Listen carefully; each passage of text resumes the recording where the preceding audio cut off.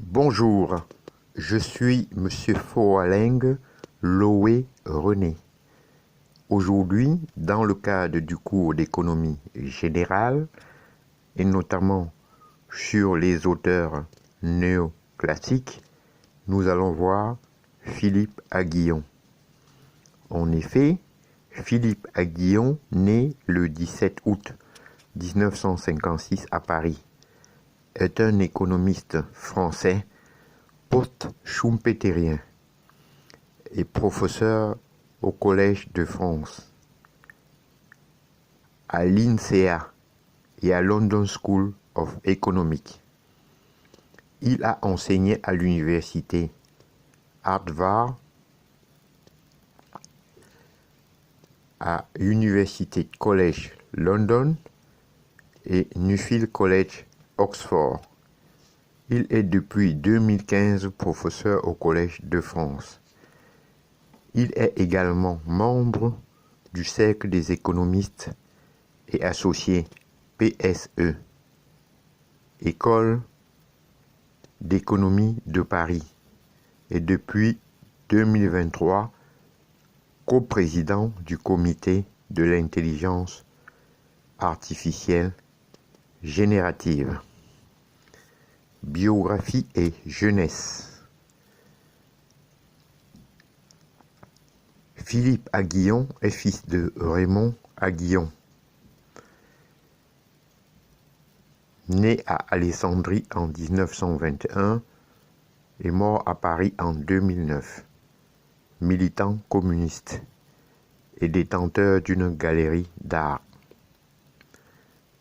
et de Gaby Aghion, styliste de prêt-à-porter de luxe, fondatrice de la maison de mode Chloé.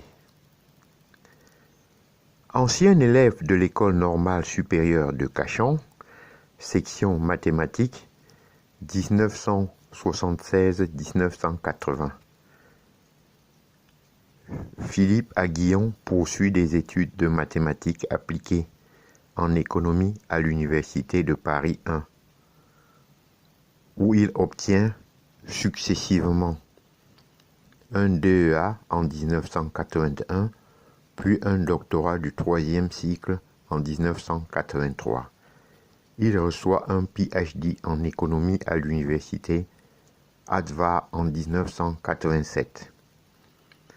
Passons maintenant au parcours professionnel de Philippe Aghion. Dès l'obtention de son doctorat en économie, Philippe Aghion est recruté comme professeur assistant au MIT 1987-1989.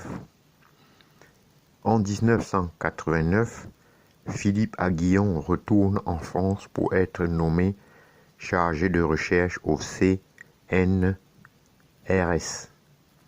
En 1990, il quitte cette fonction pour devenir économiste à la BERD, poste qu'il conserve jusqu'en 1992. En 1992, Philippe Aghion est nommé Fellow au Nuffield College de l'Université d'Oxford.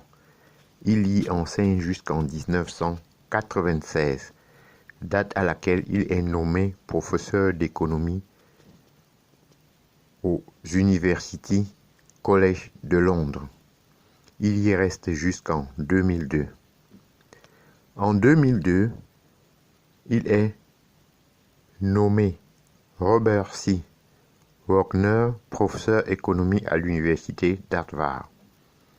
Il quitte ce poste en 2015 lorsqu'il est nommé à la chaire d'économie, institution de l'innovation et de la croissance au Collège de France. Il est parallèlement continual professeur à London School Economics. Autre fonction, il a été membre du Conseil d'analyse économique, CAE, et a fait partie de la Commission pour la libération de la croissance française, dite Commission Attali, dont le rapport a été rendu le 23 janvier 2008 au président Nicolas Sarkozy. Il était l'un des conseillers en économie de François Hollande. Depuis 2023, il est coprésident du comité de l'intelligence artificielle générative. Passons maintenant aux travaux de recherche de Philippe Aguillon. Ses travaux en macroéconomie ont principalement porté sur les concepts d'innovation et de croissance dont il expose les traits dans l'ouvrage dont il est le co-auteur chargé de modèles. Il développe une nouvelle théorie de la croissance en lien avec l'approche schumpeterienne. Pour lui, l'innovation est à la base de la croissance. Les politiques économiques doivent alors inciter à cette innovation.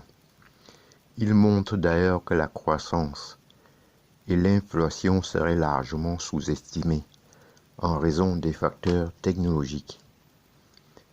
Il est favorable à une économie résiliente qui associe réformes structurelles concernant notamment le marché du travail, flexibilité et le système d'éducation, mobilité sociale et politique macroéconomique, contracyclique. Prise de position. Lors de l'élection présidentielle française de 2012, il signe l'appel des économistes en soutien du candidat François Hollande, en raison de la pertinence des options proposées, en particulier pour ce qui concerne la reprise de la croissance et de l'emploi. Lors de celle de 2017, il apporte son soutien à Emmanuel Macron. Maintenant, on va voir le rapport Aguillon, Pisani, Ferry et Cohen, 2006. Philippe Aguillon est l'un des rédacteurs, avec Élie Cohen et Jean Pisani, Ferry du rapport politique, économique et croissance en Europe publié par le Conseil d'analyse économique en 2006. Dans ce rapport, Philippe Aguillon indique qu'il est favorable à la déréglementation du marché des biens et à la libéralisation du marché des services, deux domaines cruciaux pour la relance de l'intégration économique européenne. S'agissant plus particulièrement des marchés financiers, Philippe Aguillon soutient dans ce même rapport qu'il est nécessaire de poursuivre la financiarisation de l'économie pour assurer la croissance de l'Europe à long terme. Cette financiarisation n'aurait par ailleurs, et selon ses analyses, pas d'impact sur le chômage. Il est connu de longue date que les marchés financiers sont l'un des domaines où la contribution de l'intégration européenne à l'efficacité économique peut être la plus forte. Celle-ci apporte en effet à la fois liquidité et diversification des risques. Elle permet donc simultanément de réduire les coûts, de réduire les primes de risque et d'assurer la stabilité macroéconomique en présence de chocs sectoriels ou idiosyncrasiques, contribuant ainsi à la croissance à long terme. Cette dimension nous semble régulièrement sous-estimée dans l'évaluation des obstacles à la croissance européenne. Nous allons voir maintenant le rapport Philippe Aguillon 2010. Philippe Aguillon a animé un groupe de réflexion d'une dizaine d'experts internationaux dont le travail a porté initialement sur une comparaison internationale de l'autonomie des universités, puis sur la mise en œuvre des campus d'excellence universitaire, Un rapport en 2 parties est rendu en janvier 2010 et juillet 2010 à la ministre de l'Enseignement supérieur, Valérie Pécresse. Ce rapport recommande de mettre en place une gouvernance équilibrée dans les établissements universitaires, s'appuyant sur les exemples de Harvard, du MIT, d'Oxford ou de Cambridge. Il admet qu'il n'y a pas de modèle unique de gouvernance. Il préconise la mise en place de 2 conseils à la tête des universités. Le premier, le conseil d'administration, serait composé de personnalités pour la plupart extérieures à l'université, qui désignerait un président doté de pouvoirs étendus. Le second s'incarnerait dans un sénat académique, véritable force de proposition en matière scientifique et pédagogique. J'en ai terminé et je vous en remercie.